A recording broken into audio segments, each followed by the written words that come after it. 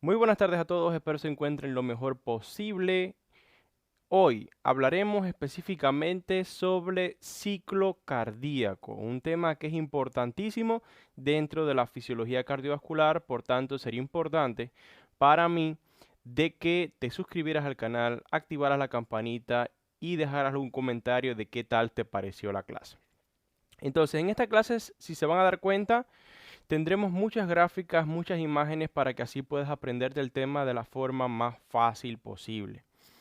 Primeramente veremos una visión sobre la anatomía cardíaca y después entraríamos en el ciclo cardíaco y las fases que están involucradas en él. Después de esto hablaríamos sobre los ruidos cardíacos, algunas características con respecto al S1 y al S2 y la fisiopatología de los soplos para finalmente concluir con una curva de volumen-presión, un gráfico o un diagrama de fase donde se recoge o se resume gran parte de la información. Entonces comenzaremos con el tema de anatomía cardíaca. Solamente brindaremos las nociones anatómicas que son importantes en este caso para comprender lo que se viene sobre ciclo cardíaco.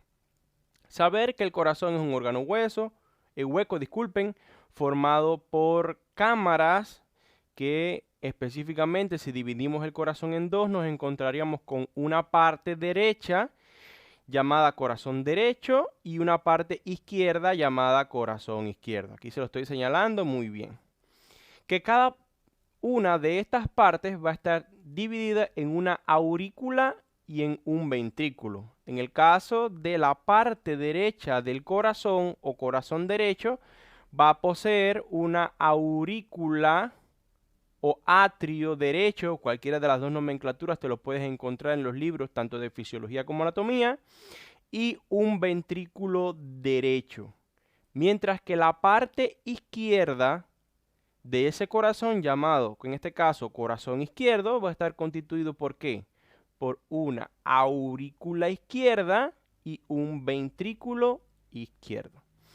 Que en cada ventrículo va a estar dividido en este caso, o ambos ventrículos de ambas partes del corazón se van a dividir por un tabique llamado tabique interventricular. Mientras que las dos aurículas se van a dividir por otra porción, en este caso, llamada tabique interauricular o interatrial, ¿ya? Por tanto, es importante que sepas de que los ventrículos se dividen entre ellos y también el corazón lo podemos dividir a la mitad y que cada parte del corazón va a tener una aurícula y un ventrículo. Que las aurículas y los ventrículos se van a comunicar mediante orificios que en sus bordes van a disponer de válvulas. En el caso de la aurícula o atrio derecho se comunica con el ventrículo derecho a través de un orificio atrioventricular derecho que está provisto de una válvula atrioventricular llamada válvula tricúspide. Mientras que en el caso de la aurícula izquierda con el ventrículo izquierdo se comunica por un orificio atrioventricular, en este caso izquierdo, que tiene provisto una válvula llamada en este caso válvula bicúspide o válvula mitral. Que estas válvulas veremos en esta clase que lo que tienen una función en cuanto a la regulación del paso de sangre entre las aurículas y los ventrículos y también impedir que la sangre que está en los ventrículos vuelva hacia las aurículas, ¿ya? Pero no solamente existe comunicación entre los atrios y los ventrículos, sino que ambos ventrículos se comunican con grandes arterias de la circulación sistémica. En el caso de la circulación sistémica vamos a encontrar a la arteria aorta, que es esta que está aquí, que se comunica con ese ventrículo izquierdo a través de una válvula llamada válvula aórtica. Que esa válvula va a estar también sobre un orificio llamado orificio aórtico. Mientras que en el caso del ventrículo derecho, ese ventrículo se va a comunicar con una estructura de la circulación pulmonar o circulación menor llamada tronco pulmonar a través de un orificio llamado orificio pulmonar y que tiene una válvula llamada válvula pulmonar. A estas válvulas, tanto a la aórtica como pulmonar, se le llaman válvulas semilunares, mientras que a las válvulas que comunican o que regulan el paso de sangre, mejor dicho, entre los atrios o aurículas y los ventrículos, se le van a conocer como válvulas atrioventriculares. Es importante que sepas esto. También saber que a ambos atrios le llega, en este caso, sangre proveniente de venas. En el caso del atrio o aurícula derecha, le llega sangre proveniente de la vena cava inferior y de la vena cava superior. Por tanto, va a tener orificios para ambas venas cava. Mientras que la aurícula izquierda o atrio izquierdo posee venas que le llegan también, en este caso llamadas venas pulmonares. La diferencia entre la sangre que llega a la aurícula derecha y a la aurícula izquierda es que la que llega a la aurícula derecha va a ser una sangre, en este caso, desoxigenada, mientras que la sangre que llega a la aurícula izquierda va a ser una sangre oxigenada. Veremos también en una de las clases, en la tercera clase creo que es donde hablamos de hemodinámica, que explicamos el tema de circulación sistémica, circulación pulmonar, para que puedan saber. Saber que el tronco pulmonar pertenece a la circulación pulmonar, mientras que la arteria aorta con sus porciones pertenece a la circulación sistémica. ¿Ya? Entonces, vamos al grueso de ciclo cardíaco. ¿De qué es ciclo cardíaco? Bueno, como su nombre lo dice, ciclo nos indica secuencia de eventos. Y por tanto, el ciclo cardíaco va a ser una secuencia de acontecimientos tanto mecánicos como eléctricos que se repiten con cada latido cardíaco. Por tanto, durante toda nuestra vida se va a ir repitiendo con cada latido dicho ciclo cardíaco. Que ese ciclo cardíaco lo podemos dividir en fases y existen diferentes divisiones de ese ciclo cardíaco. Bueno, aquí te voy a dar la que está más fácil, la que considero más lógica con respecto a los ventrículos y las posiciones de sus válvulas. Atendiendo a esos ventrículos y las posiciones de sus válvulas, podemos dividir ese ciclo cardíaco en 4 fases. Una primera fase que va a ser de llenado ventricular, una segunda de contracción isovolumétrica, una tercera de eyección ventricular y una cuarta de relajación isovolumétrica, ¿ya? Entonces, en esta gráfica que está aquí, te voy a explicar cada una de las fases que iremos viendo. Esta gráfica es solamente para el corazón izquierdo, pero también puede existir una gráfica bastante similar con respecto al corazón derecho. Solamente las diferencias van a estar en cuanto a los volúmenes y las presiones, que generalmente son un poco menores, pero bueno, todo lo que pasa en el corazón izquierdo es bastante similar a lo que pasa en el corazón derecho, solamente que existen diferencias en cuanto a válvulas, diferencias en cuanto a presiones y diferencias en cuanto a volúmenes, ¿ya? Por tanto, los acontecimientos tanto en el corazón izquierdo como en el corazón derecho del ciclo cardíaco se van a repetir, no va a haber ningún problema, ¿ya? Entonces, aquí en esta gráfica te voy a representar, ahora en esta diapositiva no, sino más adelante, vemos muy bien las 4 fases que te he hablado. En un color en violeta está la fase de llenado ventricular, en un color en rojo la de contracción isovolumétrica, en un amarillo eyección ventricular, en un verde la relajación isovolumétrica, y se dan cuenta, aquí se pone en práctica lo que les estaba hablando de que es un ciclo. Después de esa relajación isovolumétrica volvemos a otra fase o nuevamente a la fase de llenado ventricular. Que esa fase de llenado ventricular en esta gráfica se dividió en 2, en una fase más temprana y en una fase más tardía. Veremos qué acontecimientos ocurren en cada una de las fases. Además de esto, el ciclo cardíaco también lo podemos dividir en 2 eventos importantes que abarcan más de una fase.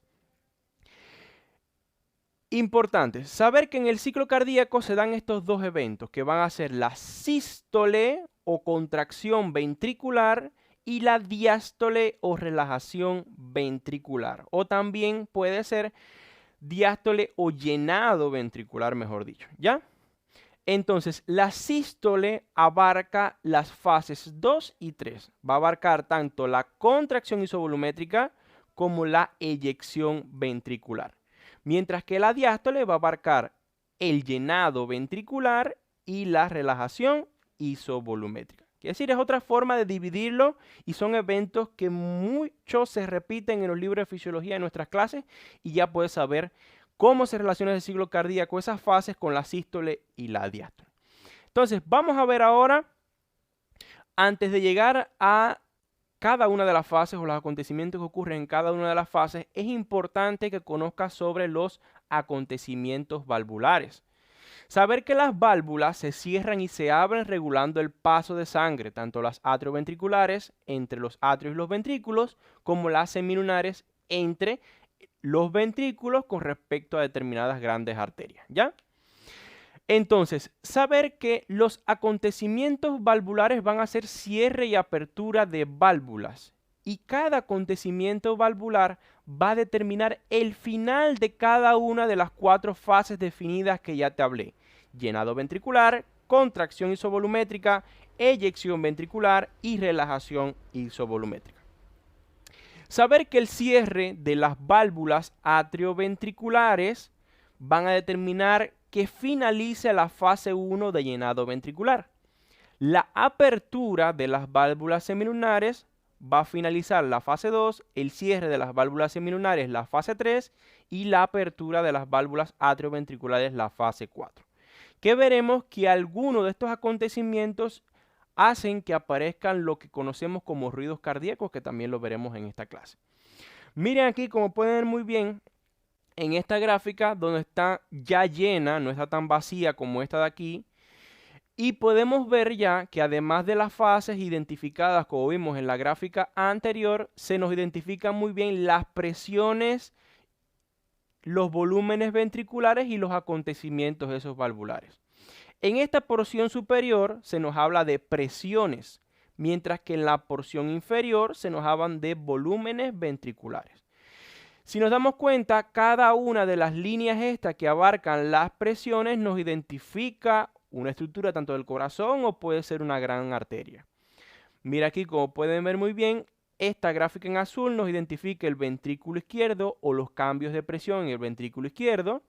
Esta gráfica en amarillo, los cambios de presión en la aurícula izquierda, y esta gráfica en rojo, los cambios de presión con respecto a la aorta. Saber que cuando asciende la línea que representa cada una de estas estructuras, cuando asciende, en este caso aumenta la presión. Cuando desciende, disminuye la presión.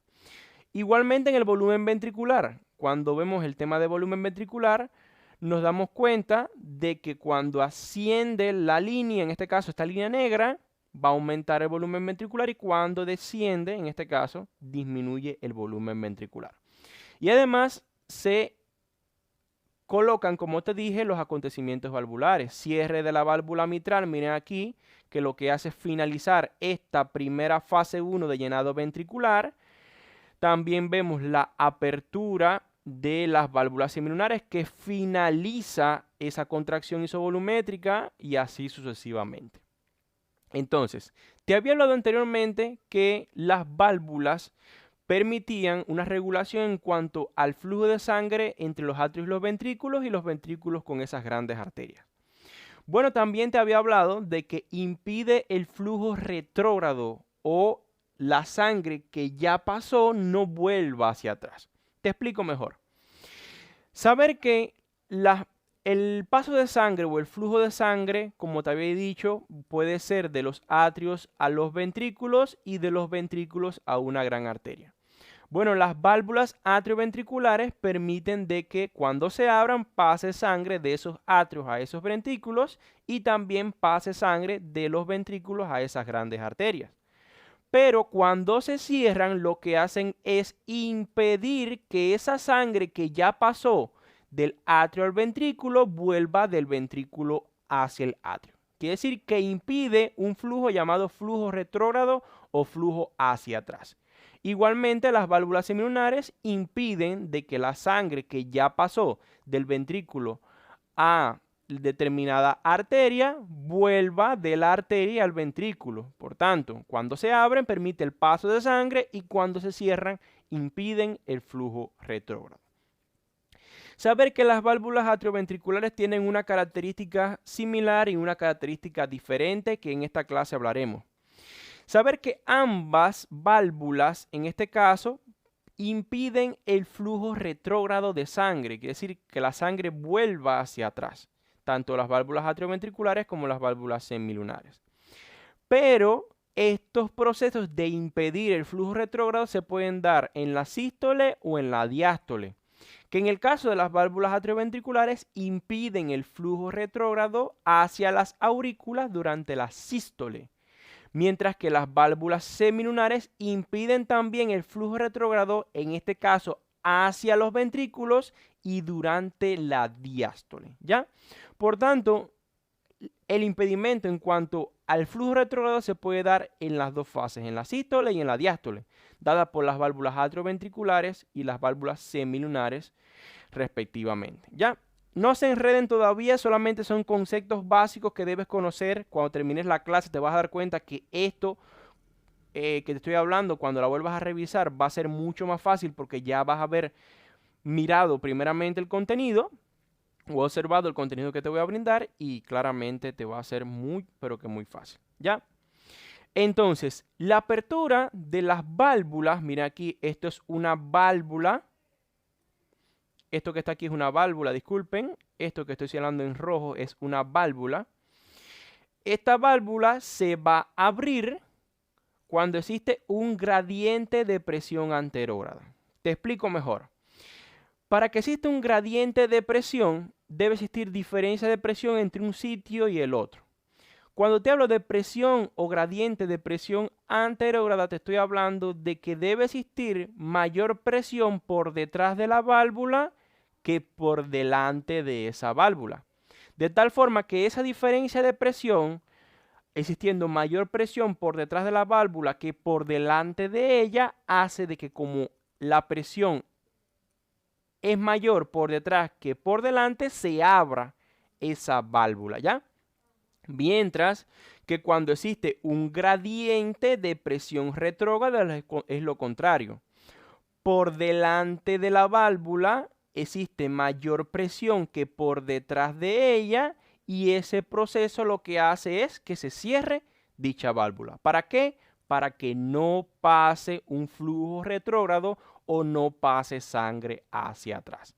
Por tanto, nos damos cuenta hasta aquí que la circulación generalmente tiene la característica de ser anterógrada o hacia adelante, mientras que cuando existe un flujo retrógrado o cuando existe alguna alteración en esa válvula, puede aparecer determinadas patologías o alteraciones fisiopatológicas. Además de esto, decirte de que en los ventrículos existen unos músculos llamados músculos papilares, que estos músculos papilares lo que van a regular o impedir es la protrusión excesiva de las válvulas hacia las aurículas durante la sístole ventricular. Cuando te hablo de válvulas hacia las aurículas, te estoy hablando de las válvulas atrio o aurículo-ventriculares. Y lo que hacen estos músculos papilares es valerse de un conjunto de estructuras tendinosas llamadas cuerdas tendinosas que se fijan a esas válvulas y lo que hacen es regular de que ese cierre o esas valvas de las válvulas no se dirijan tanto hacia atrás, sino que estén reguladas y por tanto no protruyan o no aparezca una enfermedad llamada prolaxo valvular, ¿ya? Entonces, lo que hacen es, cuando te hablo de protrusión, es que vayan mucho hacia atrás a la vez que se cierren. Y hace finalmente estos músculos papilares por acción de esas cuerdas tendinosas que no ocurre esa protrusión. Miren aquí, esta válvula está cerrada normalmente. Si no existieran los músculos papilares, la válvula en este caso haría esto hacia atrás. Es decir, haría una cúspide un poco mayor hacia atrás. Bueno, es una idea que tengo que dar, pero solamente saber de que los músculos papilares, mediante su conexión con esas cuerdas tendinosas que se unen a esas válvulas, impiden la protrusión excesiva hacia las aurículas, ¿ya? De esta diapositiva saber que los acontecimientos valvulares lo que hacen es finalizar cada una de las fases de ese ciclo cardíaco, que las válvulas atrioventriculares tienen estas características, mientras que las semilunares tienen estas características. Que cuando se cierra una válvula es porque existe un gradiente de presión retrógrada, una mayor presión delante que una mayor presión detrás, y por tanto hace que se cierre la válvula. Mientras que cuando existe un gradiente de presión anterógrada o una mayor presión en la válvula por detrás de ella que por delante, ocurre la apertura de dicha válvula. Esto se repite tanto en la atrioventricular como en la semilunar, pero saber que los cierres de esas válvulas atrioventriculares o semilunares se dan en diferentes momentos. En las válvulas atrioventriculares durante la sístole y las válvulas semilunares durante la diástole, ¿ya? Entonces, cuando se cierran es que impiden ese flujo retrógrado. Cuando se abren, permiten finalmente el paso de sangre, en el caso de las atrioventriculares, de las aurículas a los ventrículos, y en el caso de las semilunares, de los ventrículos a determinadas grandes arterias, ¿ya? Entonces, veamos ya los acontecimientos en las cámaras cardíacas o cada una de las fases de ese ciclo cardíaco. Saber que cuando la presión auricular es mayor que la presión ventricular, aparece un gradiente de presión anterógrada. Y esto lo que hace finalmente es abrir la válvula, en este caso la válvula mitral y la válvula tricuspidia. Como te había hablado anteriormente, saber de que este gráfico que te estoy relacionando aquí es del corazón izquierdo y la válvula atrioventricular del corazón izquierdo va a ser la válvula mitral.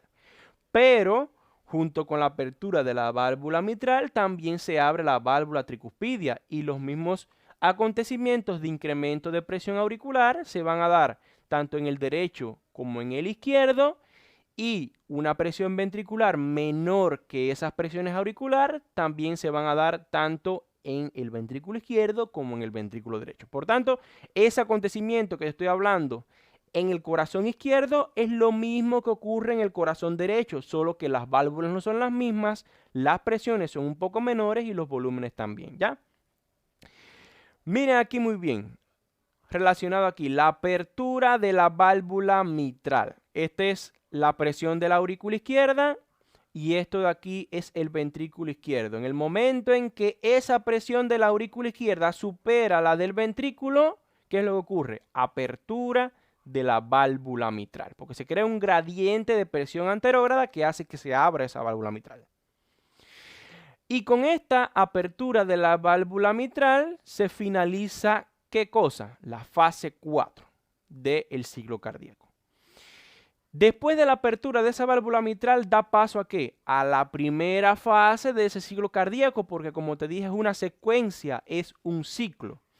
En esa primera fase del ciclo cardíaco ocurre el llenado ventricular, o los ventrículos se llenan de sangre proveniente de esas aurículas o atrios. Que ese llenado ventricular se puede dividir en subfases. En una primera subfase llamada llenado ventricular rápido, donde ocurre el mayor paso de sangre o a mayor velocidad de las aurículas a los ventrículos. Una segunda fase de llenado ventricular más lento o diastasis, y una tercera fase de contracción auricular. Veamos y analicemos mejor. Mira aquí el volumen ventricular. Esto es llenado ventricular. Esto que está en violeta o un color un poco más rosado es llenado ventricular. Primera subfase del llenado ventricular va a ser la de llenado ventricular rápido. Como te dije anteriormente, pasa gran cantidad de sangre desde la aurícula al ventrículo durante esa fase. Lo que hace es que aumente mucho el volumen de sangre en el interior de los ventrículos, y miren cómo asciende en este caso la pendiente, ¿ya? Segunda fase, diastasis o llenado ventricular lento. Sigue ocurriendo el llenado ventricular, pero en este caso a una menor velocidad. Mire aquí cómo esta línea en negro va ascendiendo, pero un poco más lento. Tercera fase, contracción auricular. Durante esta fase, o su fase de llenado ventricular, las aurículas se contraen y permiten un llenado completo o casi completo de los ventrículos. De tal forma que durante esa contracción auricular, esos ventrículos se van a terminar de llenar, o esa fase de contracción auricular va a aportar alrededor de un 20 a un 25% del llenado ventricular. Mira aquí como puede verse muy bien que en la sístole o contracción auricular es lo mismo, o sístole atrial es lo mismo también. ¿Qué es lo que ocurre? Ocurre una pendiente rápida aquí porque se aporta gran cantidad o una cantidad que termina de llenar esos ventrículos o ese volumen ventricular, y por tanto miren la pendiente cómo hace, ¿ya? Por tanto, miren aquí muy bien, volumen ventricular, primera fase, llenado ventricular rápido, la pendiente asciende mucho. Durante la diastasis, llenado ventricular lento, se siguen llenando los ventrículos, pero a una menor velocidad. Mira aquí la pendiente como va lentico aumentando. Y después la contracción auricular que termina de llenar los ventrículos. Miren cómo asciende la pendiente también aquí. ¿Ya?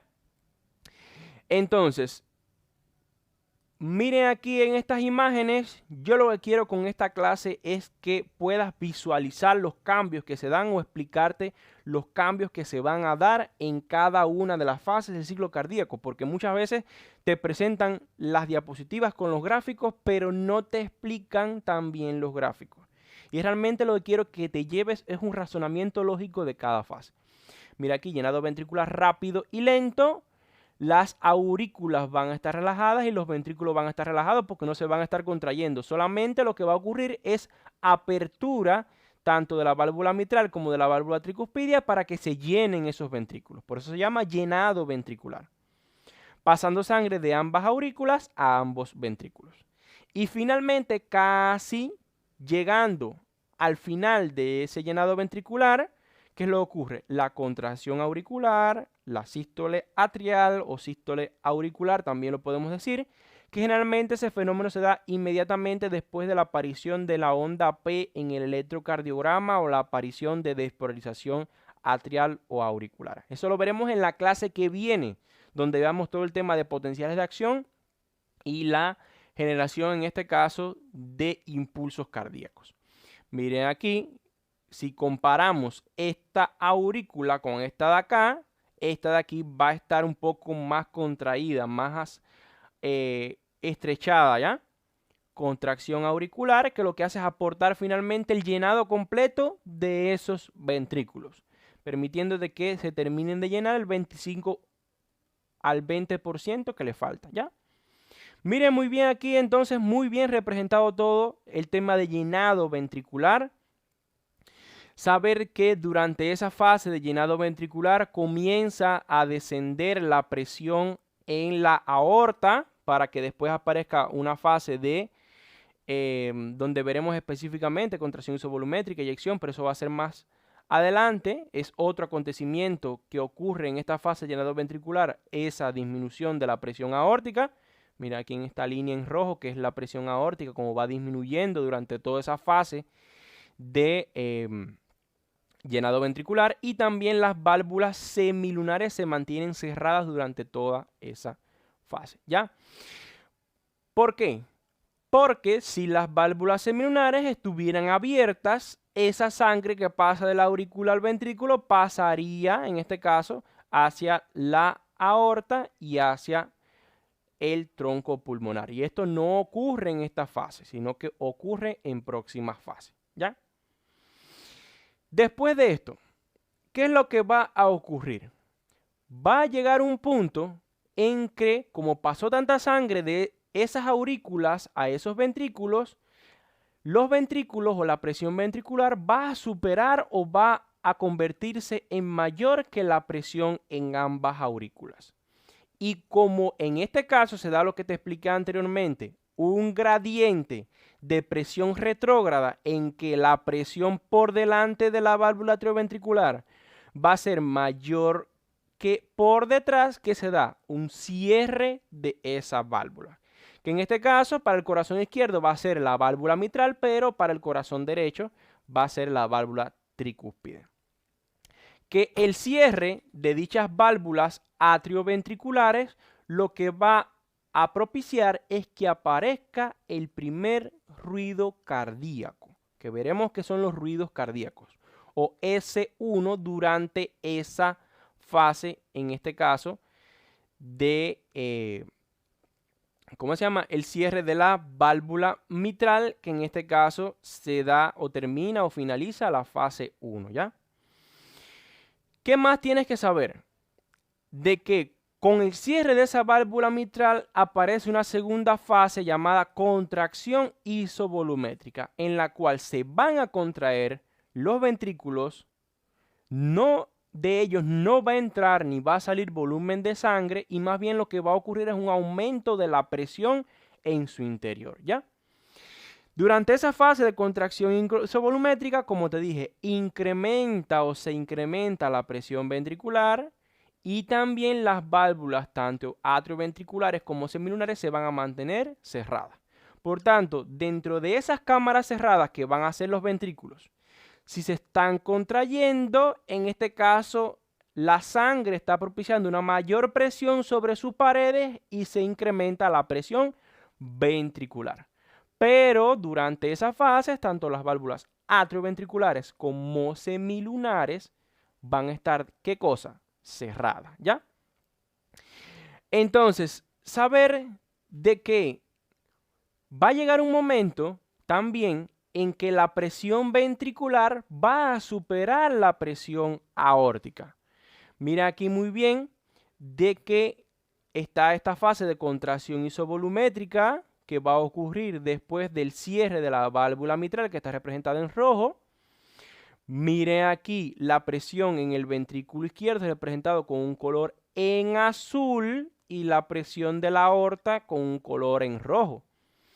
El punto en el cual la presión ventricular se hace mayor que la presión aórtica, que es aquí en el final de esa fase de contracción isovolumétrica, lo que hace, ¿qué cosa es?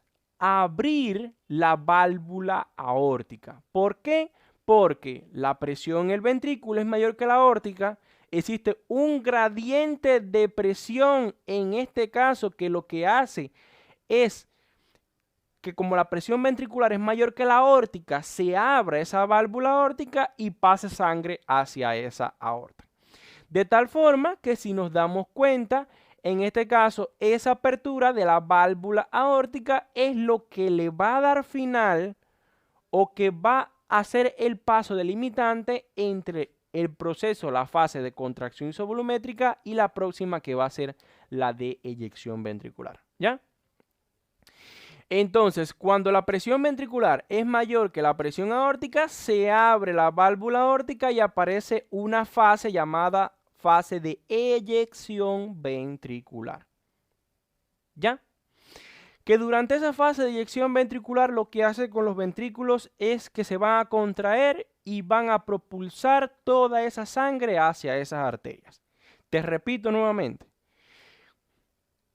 Te estoy explicando en este caso en el corazón izquierdo, pero esto también ocurre en el corazón derecho. Por tanto, cuando te hablo de apertura de la válvula aórtica, también casi al mismo tiempo ocurre la apertura de la válvula pulmonar. Y con la apertura tanto de la aórtica como la pulmonar, ocurre o da paso al proceso de eyección ventricular, que se va a dar también en el ventrículo izquierdo como en el ventrículo derecho. Y por tanto, no va a pasar sangre solamente del ventrículo izquierdo hacia la aorta, sino que también va a pasar sangre del ventrículo derecho hacia ese tronco pulmonar. ¿Ya? Ten muy claro esto para que puedas orientarte. Durante la fase de eyección lo que ocurre es la contracción de esos ventrículos. Claramente, si esos ventrículos se están contrayendo, están bombeando o eyectando sangre, disminuyen el volumen de sangre que existe en el interior de esos ventrículos, ¿ya? Saber que esa fase de eyección ventricular se puede dividir en dos subfases, la fase de eyección rápida y la de eyección reducida.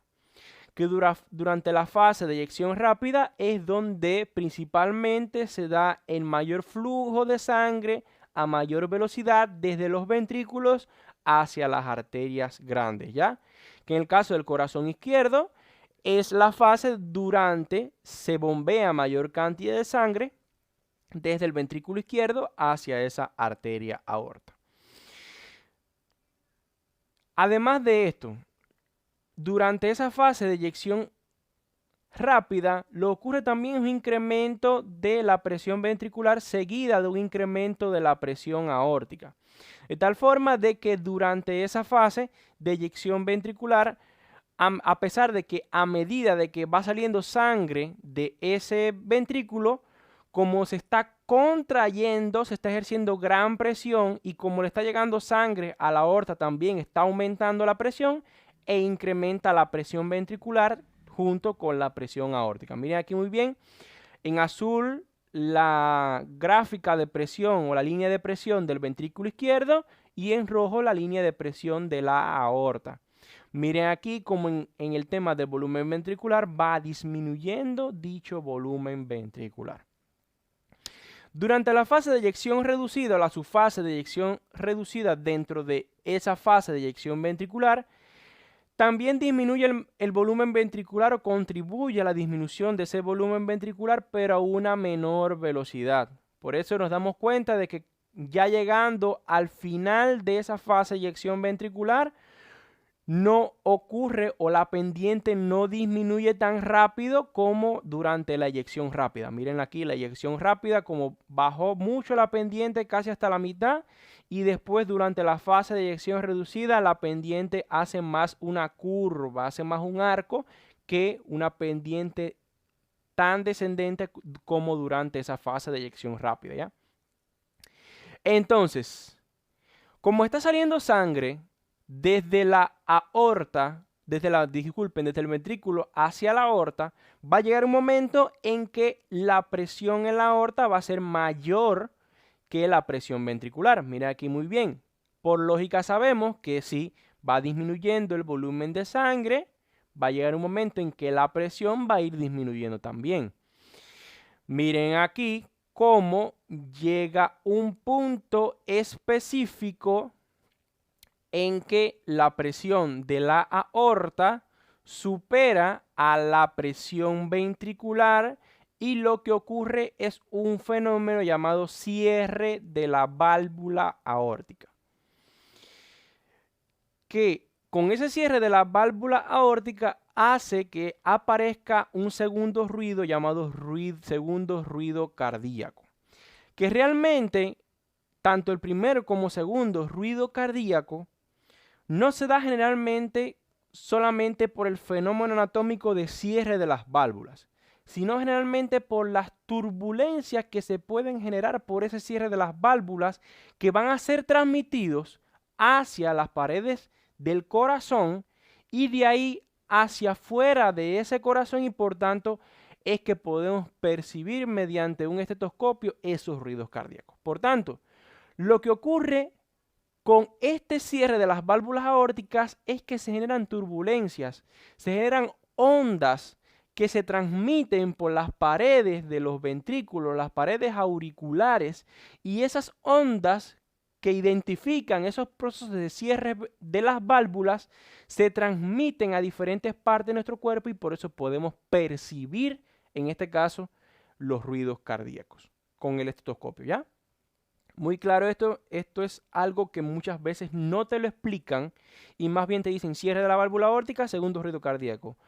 Como les había hablado anteriormente, cierre de la válvula mitral, primer ruido cardíaco. No es tan así, sino que ocurre un proceso anatómico que da paso a la generación de ondas, de turbulencias, de ondas que se transmiten por las paredes y hacen que nosotros percibamos esos cierres como ruidos cardíacos. Pero no es que el cierre de la válvula aórtica hace que aparezca el ruido cardíaco, sino que existen otros fenómenos físicos que dan paso a que aparezcan esos ruidos cardíacos.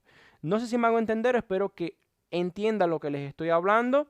Más bien es un fenómeno anatómico que da paso a que aparezcan los ruidos cardíacos. No es que el propio cierre de la válvula aórtica hace que aparezca el ruido cardíaco, ¿no? Sino que más bien unas turbulencias, unas ondas, como les estaba hablando, que se transmiten por esas paredes y hacen que aparezcan esos ruidos. Muy claro esto, te lo pueden preguntar en algún examen, algún profesor que esté bien, pero que bien preparado te puede preguntar esto. ¿Ya? Entonces, con ese cierre de la válvula aórtica se finaliza la tercera fase y da paso a la cuarta fase llamada relajación isovolumétrica. Que esta fase de relajación isovolumétrica, en ella, tanto las válvulas atrioventriculares como semilunares se van a mantener cerradas y va a ser una fase en la cual el ventrículo va a tener una presión disminuida, pero durante también esa fase de relajación isovolumétrica le está llegando sangre a esas aurículas provenientes tanto de la vena cava inferior como de la vena cava superior en el caso de la aurícula izquierda y en el caso de la aurícula derecha, disculpen, y en el caso de la aurícula izquierda le está llegando sangre proveniente de las venas pulmonares. Que esa sangre lo que va a hacer es poco a poco llenar esas aurículas hasta que llega un punto en que aparece un gradiente de presión anterógrada que explica por qué una presión auricular mayor a una presión ventricular hace que se abran esas válvulas atrio o auriculoventriculares, ¿ya? Por tanto, llega un punto en que esas aurículas van a tener una gran cantidad de sangre, va a tener una presión mayor en las aurículas que los ventrículos, se genera un gradiente de presión anterógrada. ¿Y qué les había hablado anteriormente cuando había de gradiente de presión anterógrada? Apertura de válvulas, que en este caso van a ser la válvula mitral y la válvula tricúspide en el caso del corazón derecho. ¿Ya? Entonces, la apertura de esa válvula mitral hace que aparezca qué cosa que les había hablado. La primera fase nuevamente de ese ciclo cardíaco, llenado ventricular.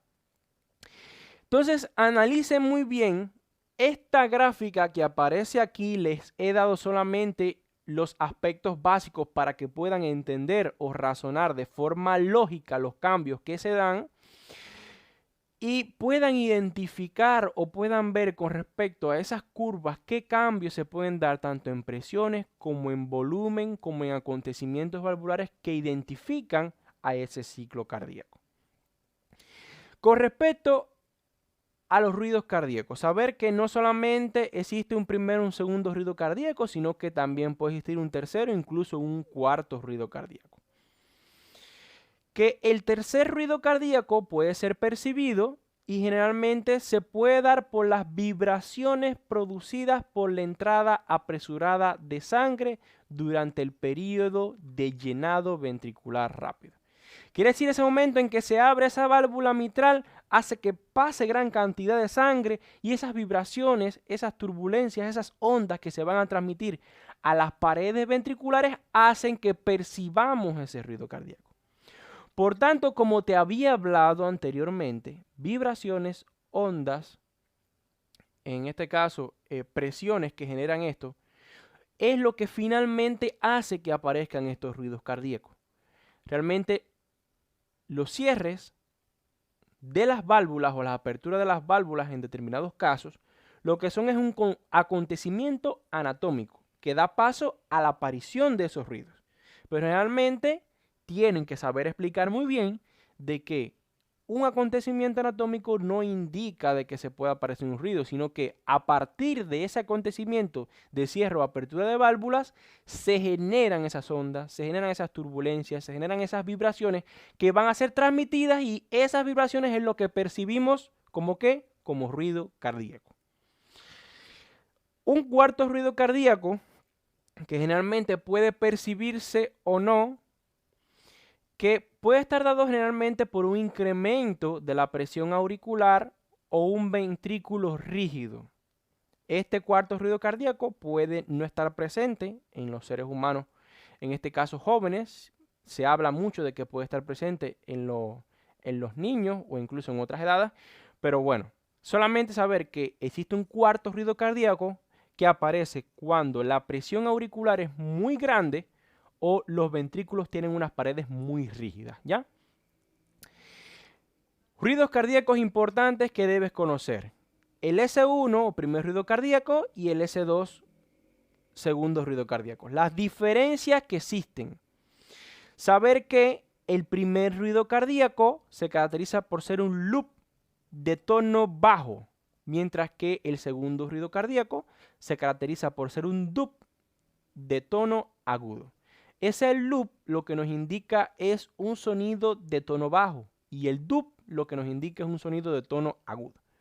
Por tanto, generalmente el primer ruido cardíaco tiene un tono bajo y el segundo ruido cardíaco tiene un tono agudo. La duración. El primer ruido cardíaco va a durar cercano alrededor de los 0.15 segundos, mientras que el segundo ruido cardíaco tiene una duración aproximada de 0.12 segundos. Que la frecuencia del primer ruido cardíaco va a ser menor, por eso tiene un tono bajo de alrededor de 25 a los 45 Hz, mientras que la frecuencia del segundo ruido cardíaco va a ser alrededor de los 50 Hz. Que cuando hablen de ruidos cardíacos también te pueden hablar de componentes. Cuando te hablo de componentes, te lo puedo explicar de esta forma. Saber que las válvulas atrioventriculares y las válvulas semilunares no se cierran al mismo tiempo. Es decir, se cierran casi al mismo tiempo, pero no de forma sincrónica. Por eso es que a veces dividimos ese primer ruido cardíaco en un componente primeramente mitral y un componente tricuspidio. Mientras que el segundo ruido cardíaco lo podemos dividir en un componente aórtico y en un componente pulmonar. Por eso se dice así muy bien para que puedas orientarte en cuanto a los ruidos cardíacos cuando te hablen de componente mitral, tricuspidio y aórtico y pulmonar en el caso del ruido cardíaco segundo. Y te expliquen por qué se dan, o que te pregunten, mejor dicho, por qué se dan estos componentes o por qué hay un componente mitral, por qué hay un componente tricuspidio. Bueno, la explicación es esta.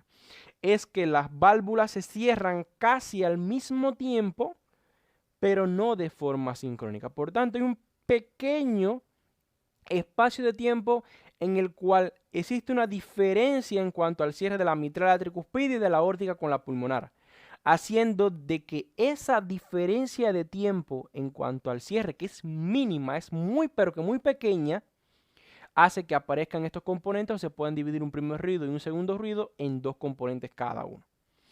También nos podemos encontrar, si realizamos un estudio más avanzado, el chasquido de apertura, que generalmente se da cuando un paciente tiene una estenosis mitral, una condición o una patología que puede aparecer, y cuando se abre esa válvula mitral estenótica, que veremos aquí, que es una válvula que no abre bien o que no abre en la proporción que debería existir en un paciente normal, esta apertura de la válvula mitral estenótica hace que ocurra un chasquido de apertura. Por tanto, aparezca un chasquido, ¿ya?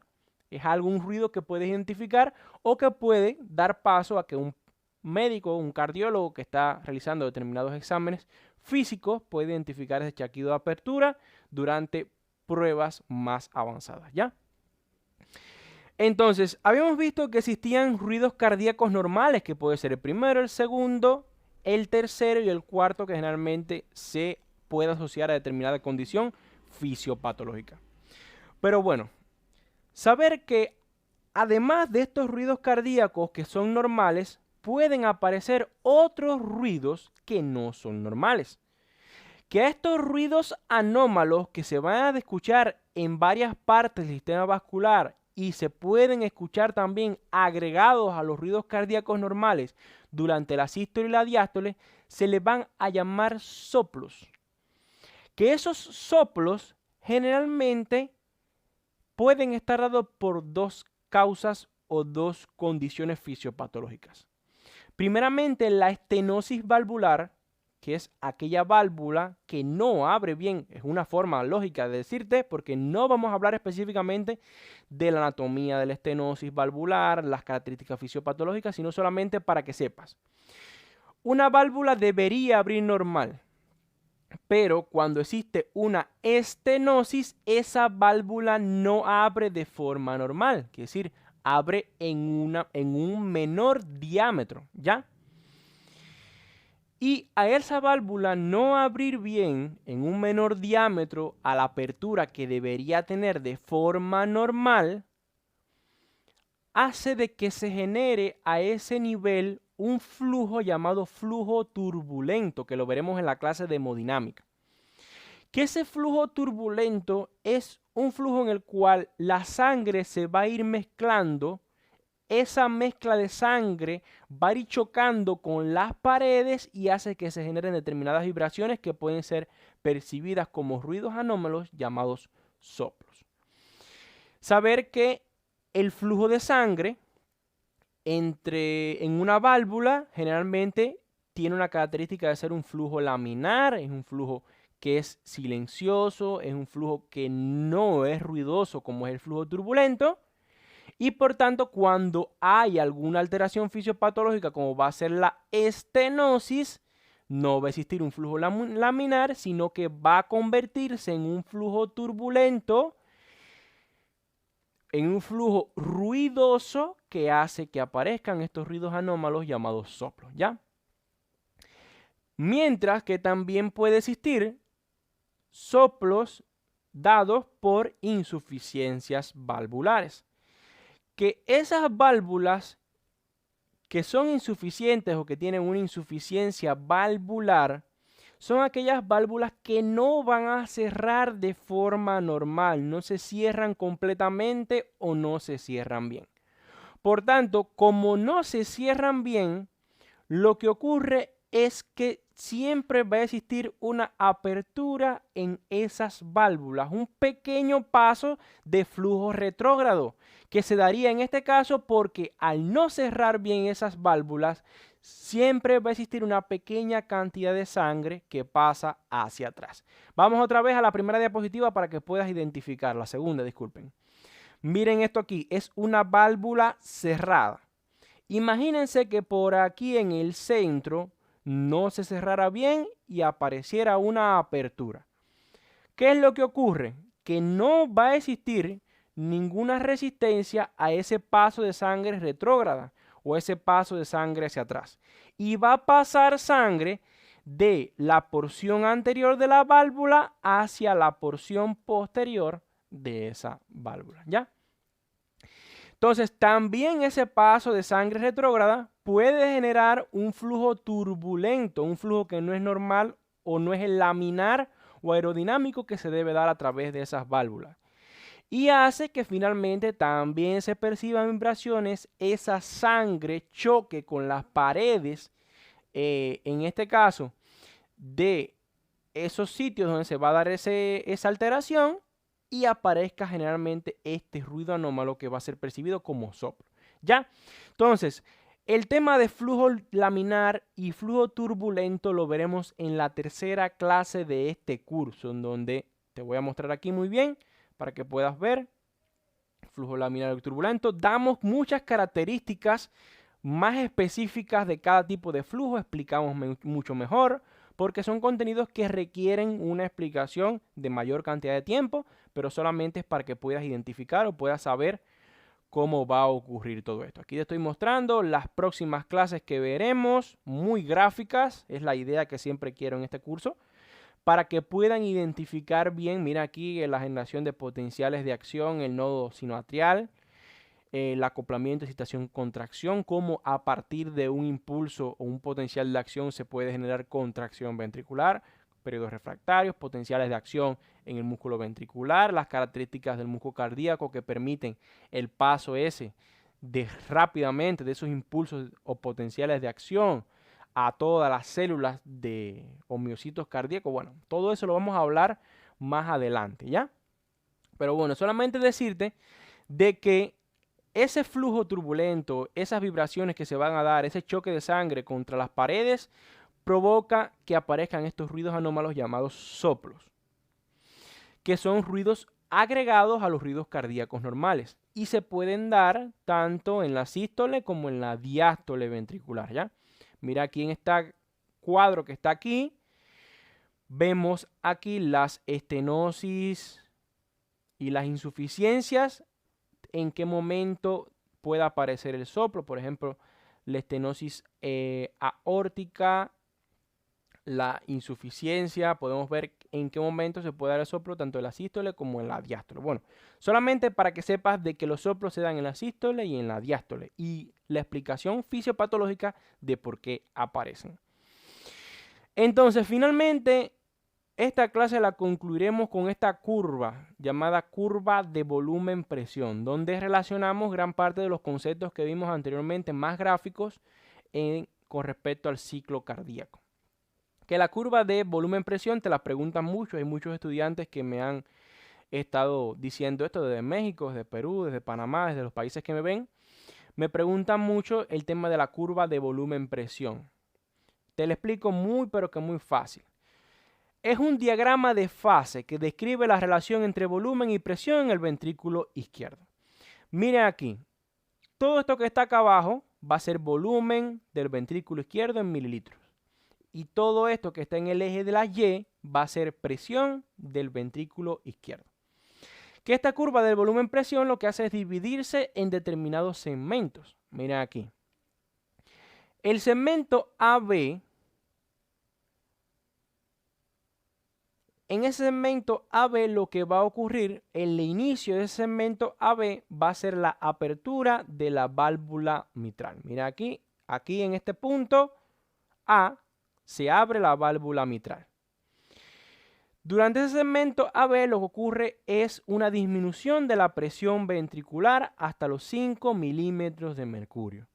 Miren aquí como esta presión estaba en este punto de aquí y si vamos viendo aquí va bajando hasta que llegue el punto B y si miramos al eje de las Y, este punto está un poco más arriba que este acá abajo. Por tanto, esa diferencia, ese espacio entre el punto A y el punto B relacionado, representado en el eje de las Y, hace que explique la disminución de la presión ventricular. Disminuye 5 milímetros de mercurio.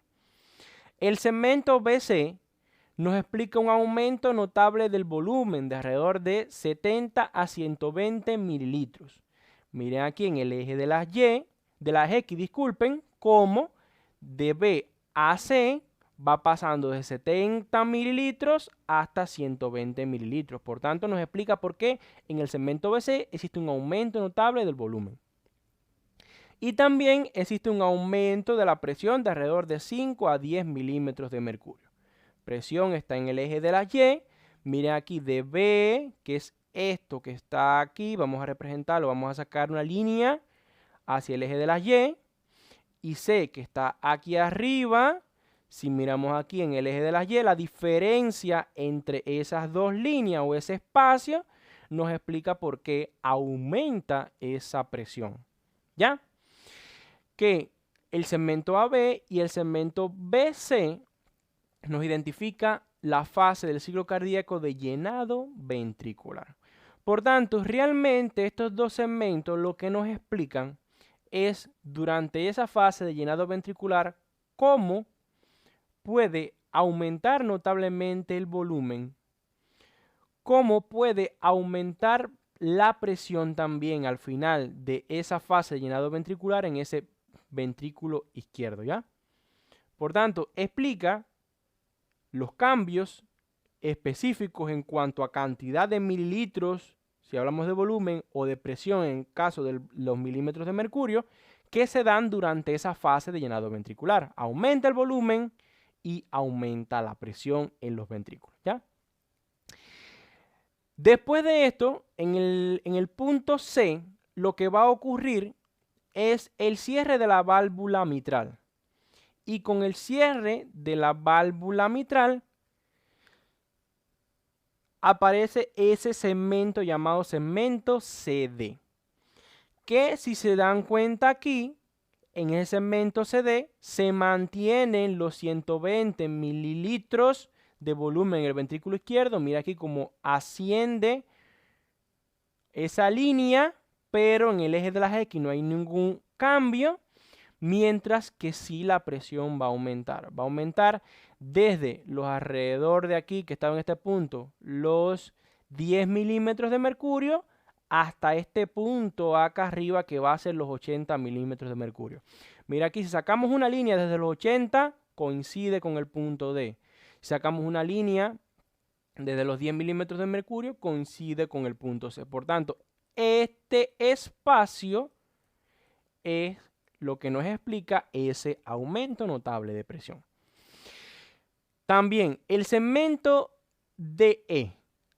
En el punto D lo que va a ocurrir es en la apertura de la válvula aórtica. De tal forma de que con esa apertura de la válvula aórtica aumenta, en este caso, la presión hasta un valor sistólico máximo de que dice que alrededor de los 130 milímetros de mercurio. Miren aquí cómo está en 80 y llega hasta acá arriba hasta los 130 en el punto E. Y también disminuye el volumen ventricular desde 120 hasta 75 milímetros de mercurio. Miren acá abajo el volumen del ventrículo izquierdo estaba en el punto D en 120 y cuando llega al punto E está en alrededor de los 75 milímetros de mercurio.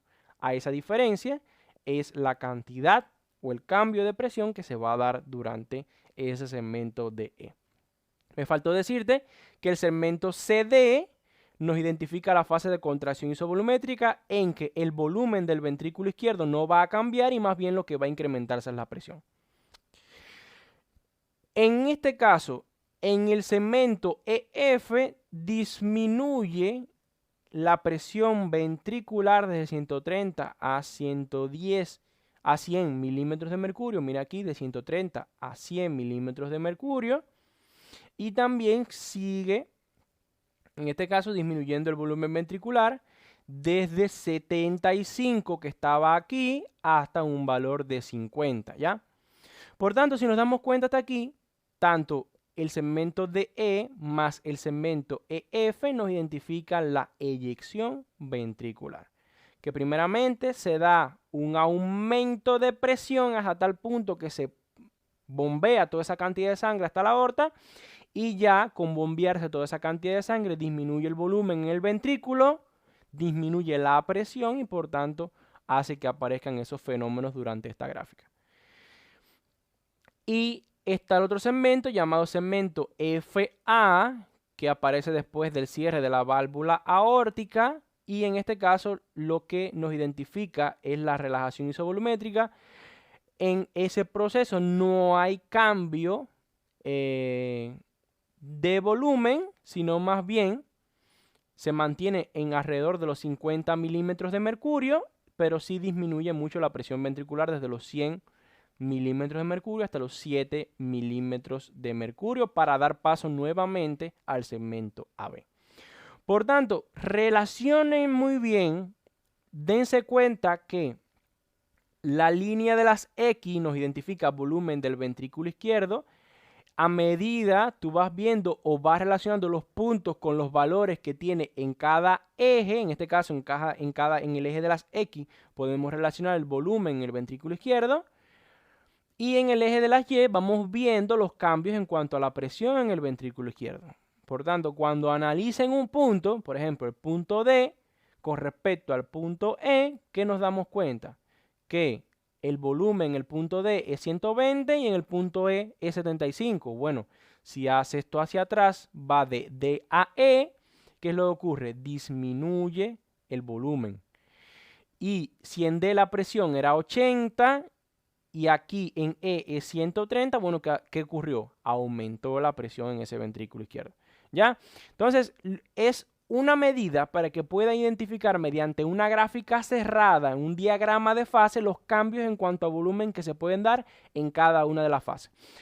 Primeramente, en ciclo cardíaco te estaba hablando de los acontecimientos, los fenómenos, la explicación lógica de los cambios que se iban dando. Bueno, aquí en esta curva de volumen-presión ya sí te explico los cambios con respecto a mediciones, a cantidad de sangre, a mililitros, a presiones, para que puedas llevarte todo el contenido de esta clase. Existen dos conceptos que también quiero darte aquí, el concepto de volumen sistólico y la fracción de eyección. Volumen sistólico va a ser la diferencia entre volumen telediastólico y volumen telesistólico, que cuando hablo de volumen telediastólico es el volumen al final de la diástole y el volumen telesistólico al final de la sístole, ¿ya?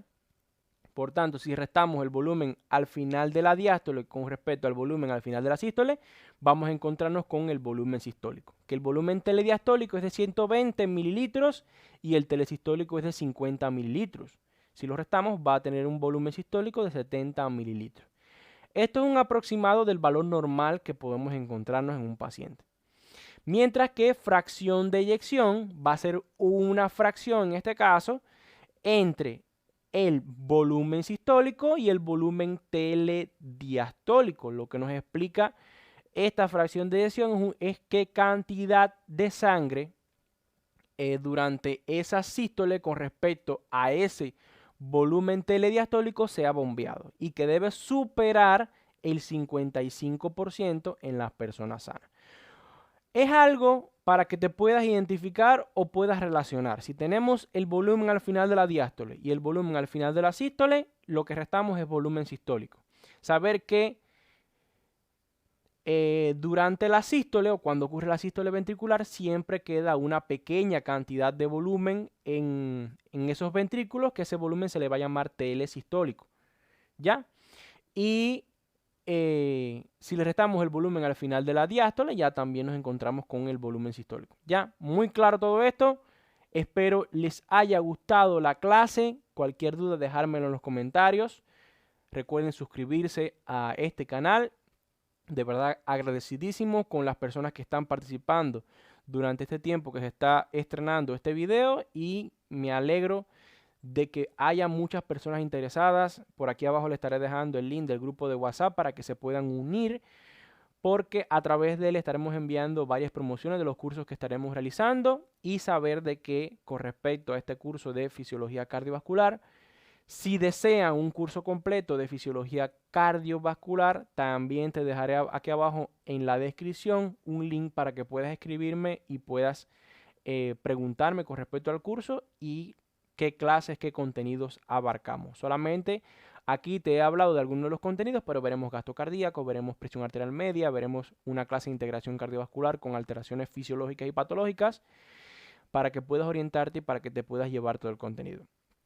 A veces puedo ser un poco menos académico que lo que están acostumbrados muchos estudiantes, pero bueno, mi objetivo más bien es que tengan un razonamiento lógico, porque muchos de los conceptos, a medida que vamos avanzando en nuestra carrera o vamos estudiando alguna especialidad, se nos van perdiendo, los vamos borrando en nuestra memoria, porque tenemos nuevos conocimientos que albergar, o nuevos conocimientos que son más importantes y que están más al día a día. Por eso es que quiero que hagas un razonamiento lógico, que puedas encontrar mediante palabras que a veces no pueden ser tan técnicas el contenido que realmente te es necesario para poder estudiar o poder entender que realmente es lo que necesitamos.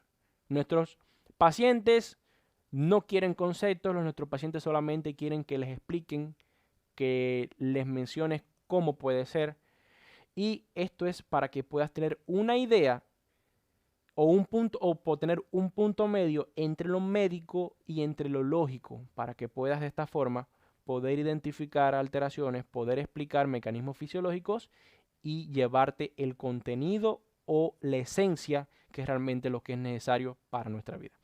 Muchas gracias y nos vemos en una próxima clase.